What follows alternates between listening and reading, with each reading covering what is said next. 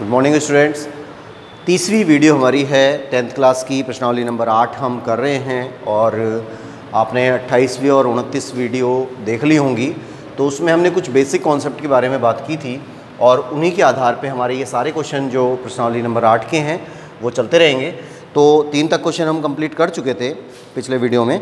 अब हम बात कर रहे हैं क्वेश्चन नंबर 4 की, है ना। तो क्वेश्चन नंबर 4 को पढ़िए पहले एक बार। और मैंने आपको यही कहा था कि जब भी आप कोई क्वेश्चन कर रहे हैं ना, तो उसके लिए सबसे पहले ज़रूरी है कि बुक को सामने रखिए। मैं जो यहाँ बातें बोल रहा हूँ उसको बुक से ज़रूर मैच करते रहें, सवाल को पढ़ते रहें।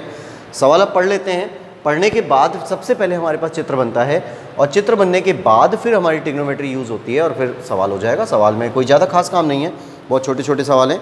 अभी जो हम काम कर रहे हैं, अभी जो हमारी इनिशियल स्टेज चल रही है, इस इनिशियल स्टेज पर हम केवल एक चित्र के बारे में बात कर रहे हैं।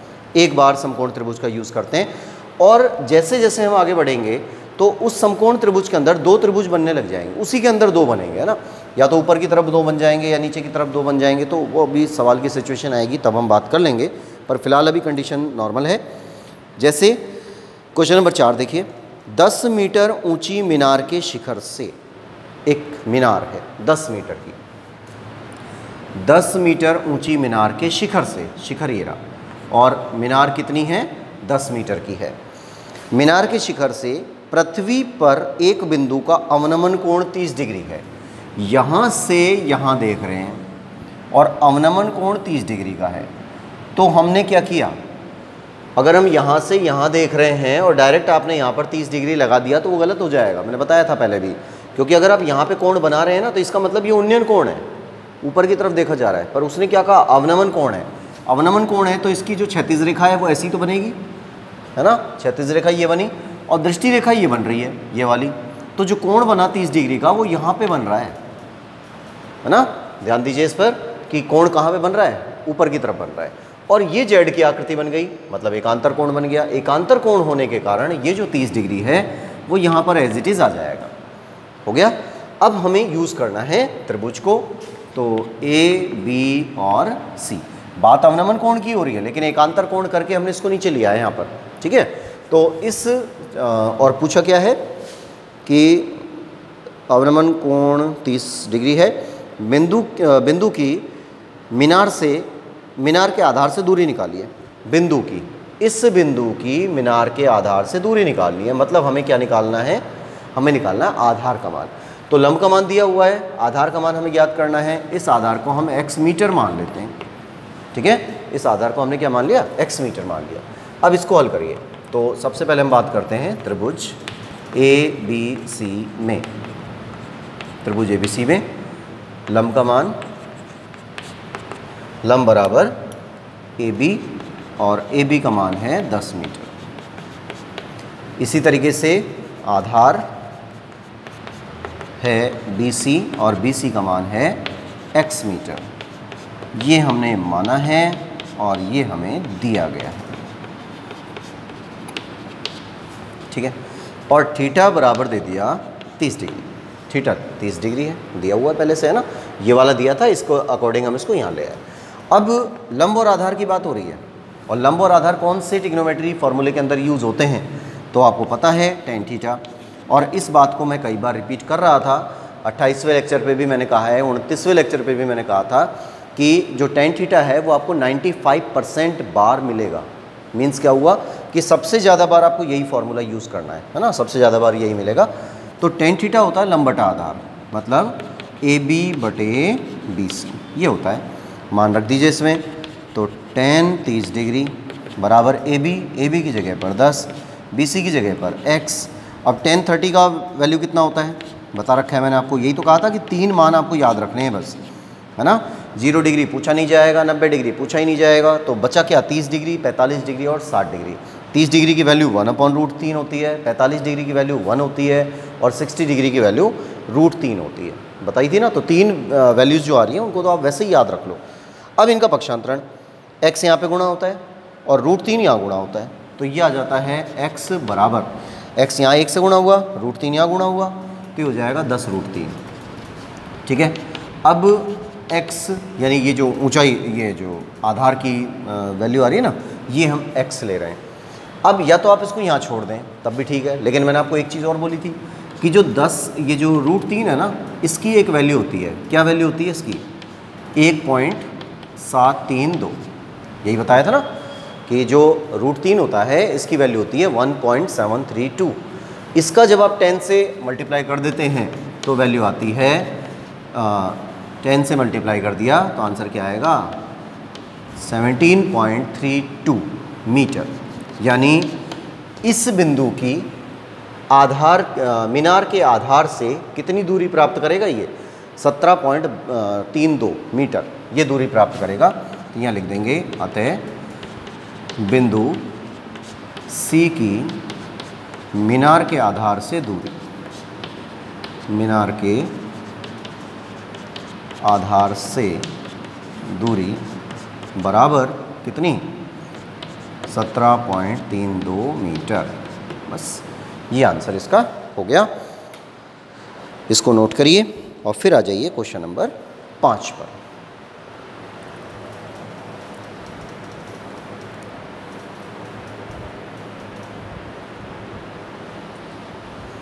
देखिए क्वेश्चन नंबर 5,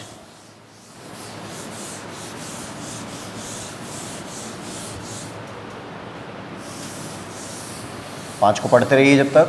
देखिए कोशिश किया करिए पहले खुद क्वेश्चन को सॉल्व करने की और चित्र बनाने की। सबसे पहली बात तो चित्र है। चित्र अगर आपका सही बन गया तो सवाल एकदम सही हो जाएगा। एक नदी के ऊपर एक पुल नदी के तट के साथ 45 डिग्री का कोण बनाता है। यदि नदी के ऊपर पुल की लंबाई 150 मीटर है, नदी की चौड़ाई बताइए। देखिए एक नदी है ना, तो इस प्रकार से हमने एक नदी मान ली कि भाई एक नदी आ रही है और नदी का किनारा ये है, यहाँ से नदी का किनारा ये है और इसके ऊपर एक पुल है। अब मैंने आपको उस दिन भी ये बात समझाई थी कि जब आप पुल की बात कर रहे हैं या किसी कंडीशन की बात कर रहे हैं तो उसने हमें ये नहीं पता चल रहा। जनरली हमारे दिमाग में क्या बात आती है कि जो पुल होता है ना वो तो सीधा होता है, ऐसे भाई पुल सीधा ही तो होता है कि कोई पुल बनाया और ऐसे बना दिया यूँ सीधा, फिर हमें नहीं पता कि क्या करना है। तो अब एक बार इसकी जो लैंग्वेज है इसको आप दोबारा देखिए कि जो पुल है ना, पुल नदी के तट के साथ 45 डिग्री का कोण बनाता है। एक लाइन दे रखी है इस पर, दोबारा पढ़िए लाइन को। देखिए एक नदी के ऊपर एक पुल, नदी के ऊपर एक पुल है, ठीक है। अब ये जो पुल है ये तट के साथ यानी इस किनारे के साथ में 45 डिग्री का कोण बना रहा है। तो पुल कैसा होगा? पुल ऐसा होगा, यूँ ऐसे ऐसा होगा पुल। सही है भाई, 45 डिग्री का कोण बनाएगा किनारे के साथ। तो यहाँ पर 45 डिग्री का कोण बन गया है ना, बन गया 45 डिग्री का कोण। वैसे तो जनरली पुल कैसा होता है? सीधा होता है, लेकिन हमको यहाँ कंडीशन दे रखी है कि जो पुल है वो नदी के तट के साथ में 45 डिग्री का कोण बना रहा है, तो 45 डिग्री का कोण बन गया। उसके बाद में पुल की जो लंबाई है, यहाँ पर पुल की जो लंबाई है वो कितनी है? वो 150 है, 150 मीटर। वो 150 मीटर दे रहा है। तो नदी की चौड़ाई ज्ञात करिए। अब नदी की चौड़ाई है कहाँ? नदी की चौड़ाई तो ये रही। सही है, चित्र पे ध्यान दीजिएगा। तो ये तो बन गया कर्ण, ये बन गया आधार और ये बन गया लंब। बन गया त्रिभुज, समकोण त्रिभुज ही बनेगा। हर बार मैं आपको यही बात बोल रहा हूँ। अब इसका नाम रख देते हैं, ये ए बिंदु हो गया, ये बी बिंदु हो गया, ये सी बिंदु हो गया। तो हमें दिया क्या है? कर्ण। पूछ क्या रहा है? लंब।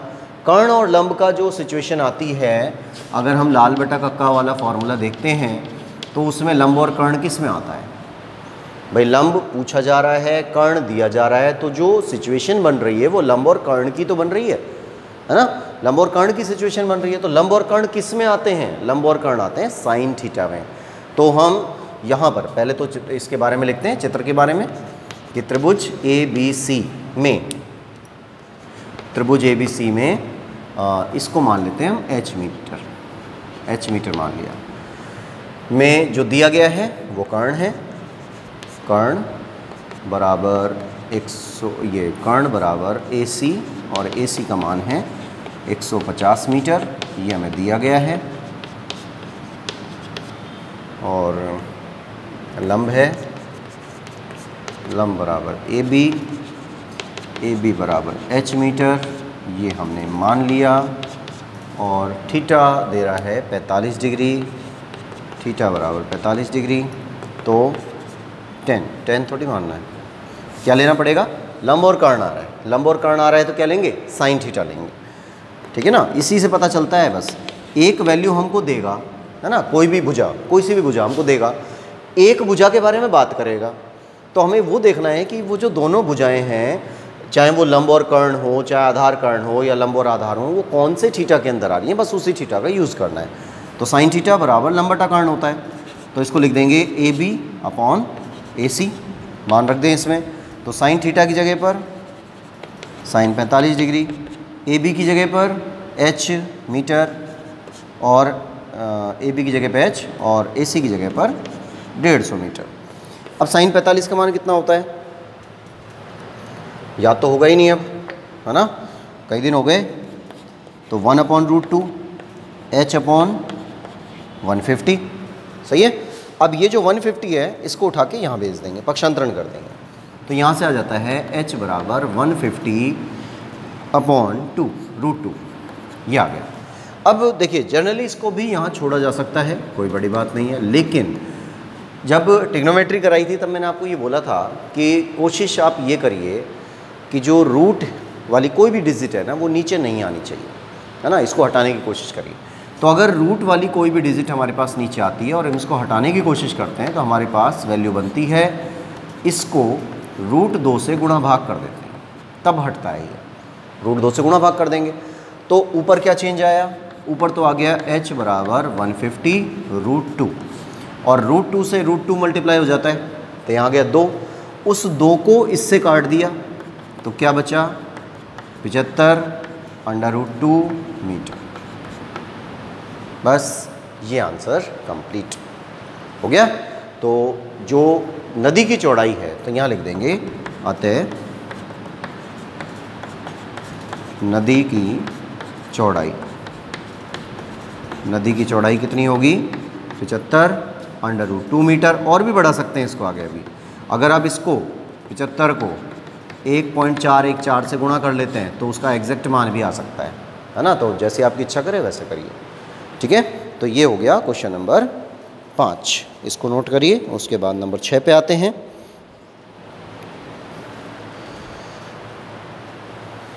नंबर 6 पर मिटा दूं,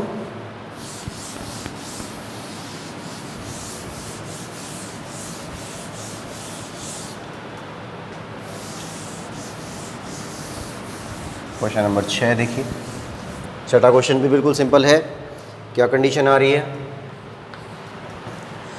कि दो खंभों के शीर्ष, सवाल पढ़िए ज़रूर, है ना, पहले सवाल को पढ़िए उसके बाद फिर हम चित्र बनाएंगे।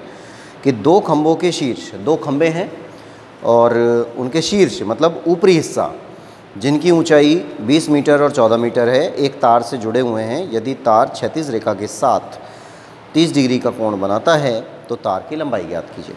अब देखिए दो खंभे हैं, पहली जो खंभा है, पहला खंभा, उसकी तो ऊंचाई है 20 मीटर, तो इसको तो हम मान लेते हैं 20 मीटर खंभे की ऊंचाई है। फिर है एक है 14 मीटर, ये 20 मीटर है और दूसरा है 14 मीटर। खंभे हैं दोनों इसी तरीके से होंगे, है ना, थोड़ा सा एक छोटा बना सकते हैं, ये हो गई 14 मीटर। फिर उसके बाद बोला गया कि इसके जो शीर्ष हैं, ये शीर्ष एक तार से जुड़े हुए हैं, ऐसे जो खंभे के शीर्ष हैं वो एक तार से जुड़े हुए हैं, तार से जोड़ दिया भाई इसको। फिर इसके बाद, और ये जो तार है वो क्षैतिज रेखा के साथ में 30 डिग्री का कोण बनाता है।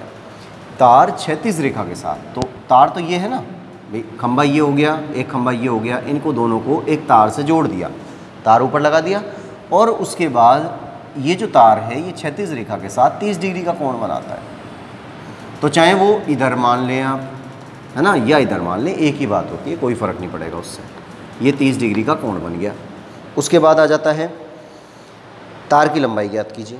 अब आपको तार की लंबाई निकालनी है, तार की लंबाई ये वाली, मतलब कर्ण का मान ज्ञात करना है। क्या ज्ञात करना है हमको? कर्ण, हमें कर्ण निकालना है। तो पहले तो आपको ये देखना पड़ेगा कि कोई दूसरी भुजा भी हमको दे रखी है क्या। कर्ण तो हम निकाल लेंगे, वो ठीक है, कोई बात नहीं, लेकिन कर्ण निकालने के लिए कोई ना कोई सी भुजा तो हमको देगा, चाहे लंब दे या आधार दे, कर्ण तो निकालना ही है। इन दोनों के बारे में कोई कंडीशन दी गई है क्या, है ना, नहीं दी गई।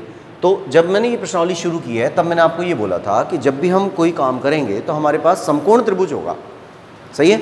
अब यहाँ पे एक आयत बन रहा है नीचे की तरफ और ऊपर समकोण त्रिभुज बन रहा है, तो ये जो नीचे वाला आयत है ना, ये हमारे काम का नहीं है। लेकिन कोई कंडीशन है जिसके कारण ये दिया गया है। अगर ये 14 मीटर है तो ये भी तो 14 मीटर होगा। आयत बन रहा है, आयत की जो आमने सामने की भुजाएं होती हैं बराबर होती हैं, तो अगर ये 14 मीटर है तो ये कितना होगा? आमने सामने की भुजाएं बराबर है ना, तो ये 14 मीटर है तो ये भी कितना होगा? 14 ही होगा। और यहाँ से लेकर यहाँ तक की पूरी लंबाई 20 मीटर आ रही है पूरी, ये 20 है। अगर ये 20 है और ये 14 है तो शेष क्या बच गया?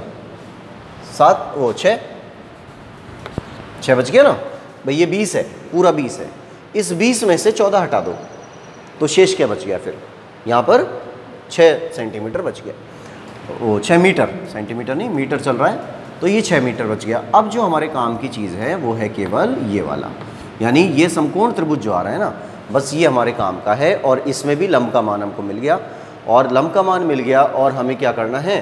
कर्ण का मान ज्ञात करना है। ठीक है, आराम से करिए इसको। तो दोबारा वही लिखेंगे, पहले चित्र के बारे में लिखेंगे कि त्रिभुज ABC में कर्ण ज्ञात करना है। कर्ण है AC, इसको हमने x मीटर मान लिया है। और AB लंब AB बराबर 6 मीटर, ये दिया गया है। और थीटा 30 डिग्री है, थीटा भी 30 डिग्री है। अब लंब और कर्ण आ रहा है ना, कर्ण और लंब, तो वही साइन थीटा है। साइन थीटा का फॉर्मूला लगाइए, साइन थीटा बराबर AB अपॉन AC, मान रख देते हैं इसमें। तो साइन 30 डिग्री, AB की जगह पर 6, AC की जगह पर x। साइन 30 डिग्री का मान कितना होता है? 1/2 होता है, 6/x हो गया। पक्षांतरण कर दीजिए तो x बराबर 12 मीटर। तो यानी ये जो कर्ण आया है ना, तार की लंबाई वो कितनी हो जाएगी? 12 मीटर। तो यहाँ लिख देंगे अतः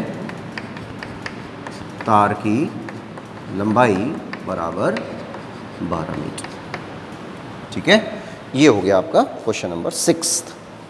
इसको नोट करिए, फिर नेक्स्ट पे आ रहे हैं।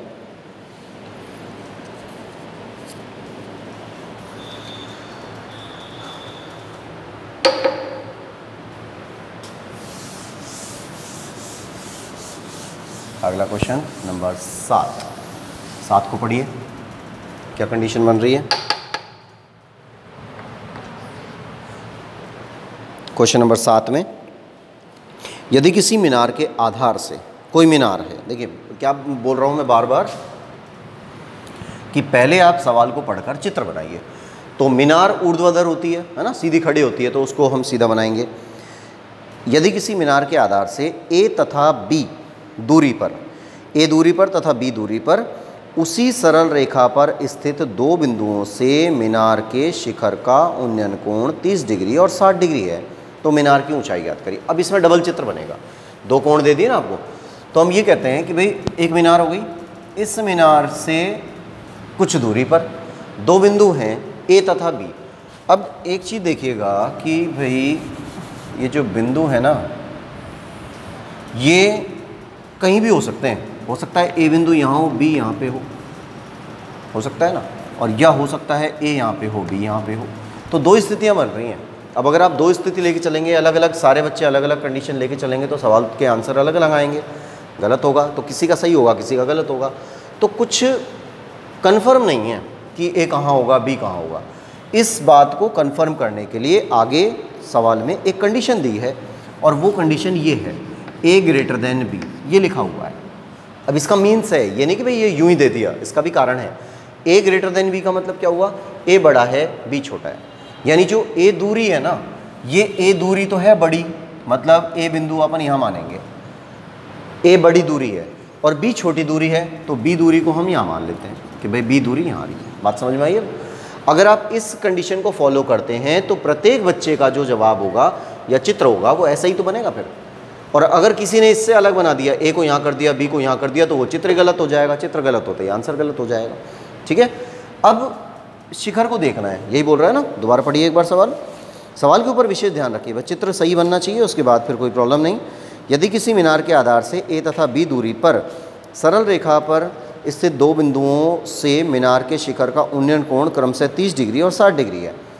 यहाँ से जब देख रहे हैं तो ये मीनार के शिखर का उन्नयन कोण 30 डिग्री का आ रहा है।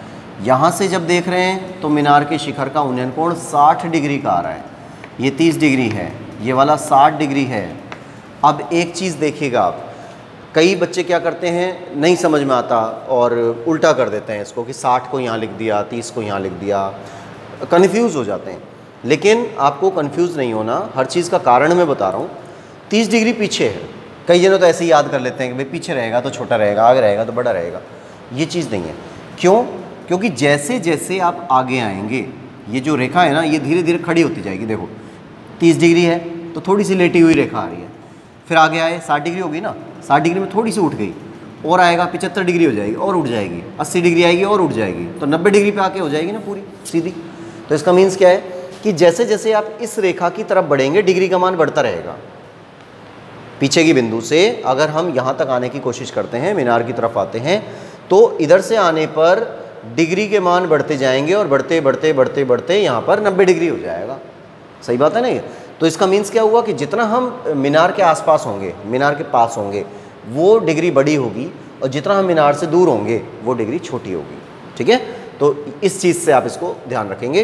अब यहाँ पर हमारे पास दो चित्र बने हैं, तो ए बी, इस पॉइंट को हम सी मान लेते हैं, इसको हम डी मान लेते हैं, और इसको थोड़ा सा ऐसे लिखते हैं अभी कि यहाँ से लेकर जो यहाँ तक की दूरी है इसको तो ए दूरी माननी है, यहाँ से लेकर यहाँ तक की जो दूरी है इसको बी दूरी मानना है ना।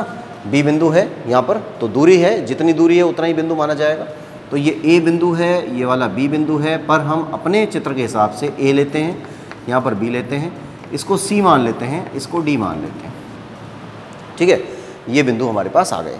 अब देखिए चित्र हमारा कंप्लीट है और सारे काम हो चुके। अब क्या पूछा गया, मीनार की ऊंचाई बताइए। मीनार की ऊंचाई मतलब ये वाली, ये हमें ज्ञात करना है। इस मीनार की ऊंचाई को हम क्या मान लेते हैं, h मीटर, h मीटर मान लेते हैं। अब त्रिभुज लीजिए। अब यहाँ पे दो त्रिभुज हैं, दो क्या तीन त्रिभुज हैं। तीन कैसे हैं, एक तो ये है समकोण त्रिभुज, ये वाला छोटा वाला दिख रहा है ABC, एक ABD है, ये भी समकोण त्रिभुज ABD, और एक ये वाला आ रहा है ACD। तो आपको समकोण त्रिभुज लेने हैं, है ना, ये वाला नहीं लेना ACD। तो पहले हम ले लेते हैं त्रिभुज ABC में। ABC में क्या क्या चीज़ें दे रखी हैं, लंब का मान AB, AB का मान h मीटर, ये माना गया है। ठीक है, फिर आधार, आधार है ये वाला, तो BC, BC का मान हो गया B के बराबर, ये B मीटर, ये दिया हुआ है, दिया है। थीटा 60 डिग्री, थीटा 60 डिग्री दिया है। लंब और आधार की बात हो रही है, तो tan थीटा लंब बटे आधार, ये मान रख दिया। अब tan 60 डिग्री, AB की जगह पर h मीटर, BC की जगह पर B मीटर। tan 60 की वैल्यू होती है √3, तो h/b हो गया, इसको उठा के इधर भेज दिया, h बराबर b/√3 मीटर।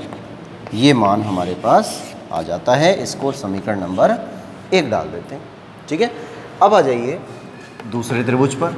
दूसरा त्रिभुज समकोण होना चाहिए, समकोण त्रिभुज ही चाहिए हमें, तो ABD, ये वाला बड़ा वाला।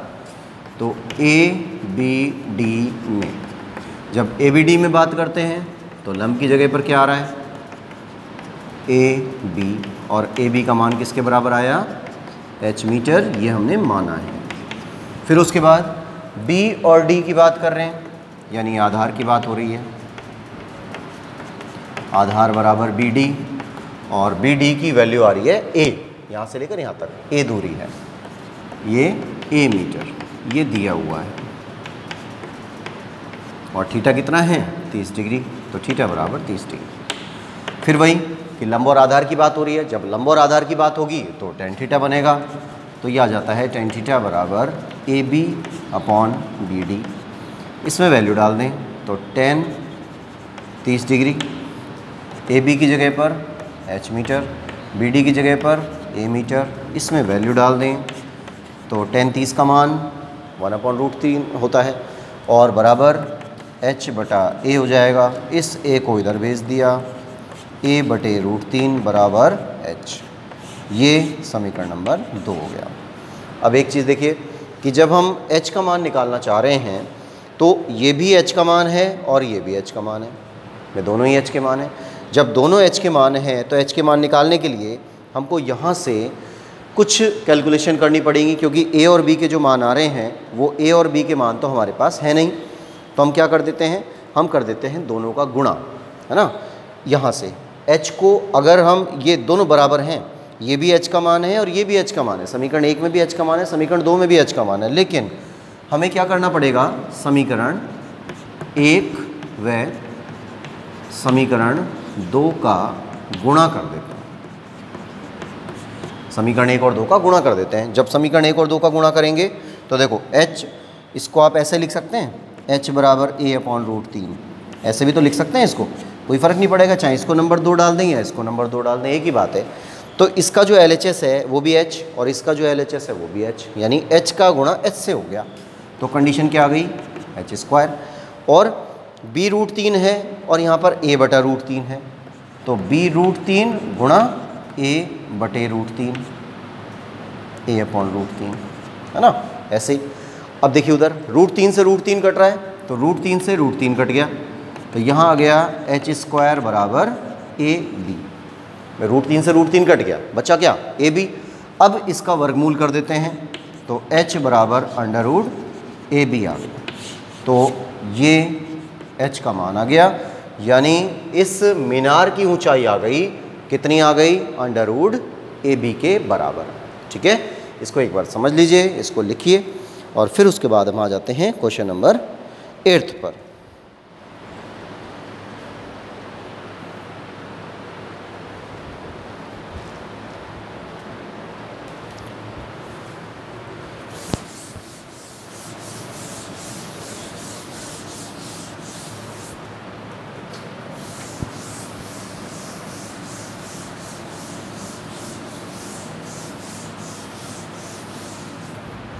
नंबर 8 में आइए, 8वां सवाल।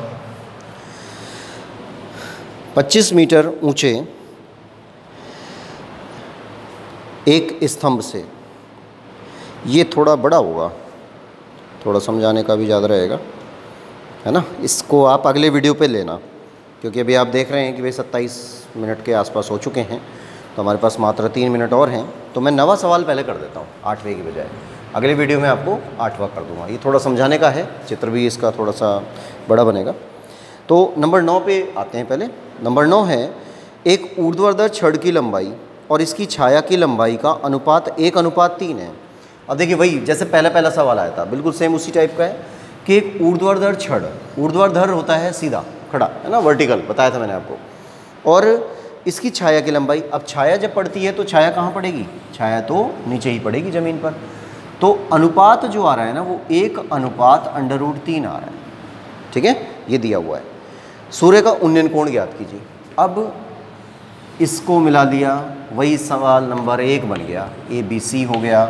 अब देखिए हमें सूर्य का उन्नयन कोण मतलब थीटा ज्ञात करना है, तो यहाँ लिखते हैं त्रिभुज ABC में लंब का मान, लंब बराबर AB, और AB को हम मान लेते हैं, इसको अनुपात होते हैं ना कभी भी, जैसे 1:3 आ गया, तो उसमें डायरेक्ट आप नहीं लिख सकते इसको कि 1 है और ये √3 है। मैंने बताया था क्षेत्रफल वाली प्रश्नावली में कि जब अनुपात आते हैं ना तो उस जगह पर आपको इसको x से गुणा करना पड़ता है दोनों को। तो यहाँ पर लिख देंगे x मीटर, है ना, ये दिया हुआ है, वो मीटर लिख दो चाहे सेंटीमीटर लिख दो, एक ही बात दिया है। अब आधार कितना बन रहा है, √3 मतलब BC, और BC का वैल्यू है √3x मीटर, ये भी दिया हुआ है, अनुपात दिया हुआ है ना ये।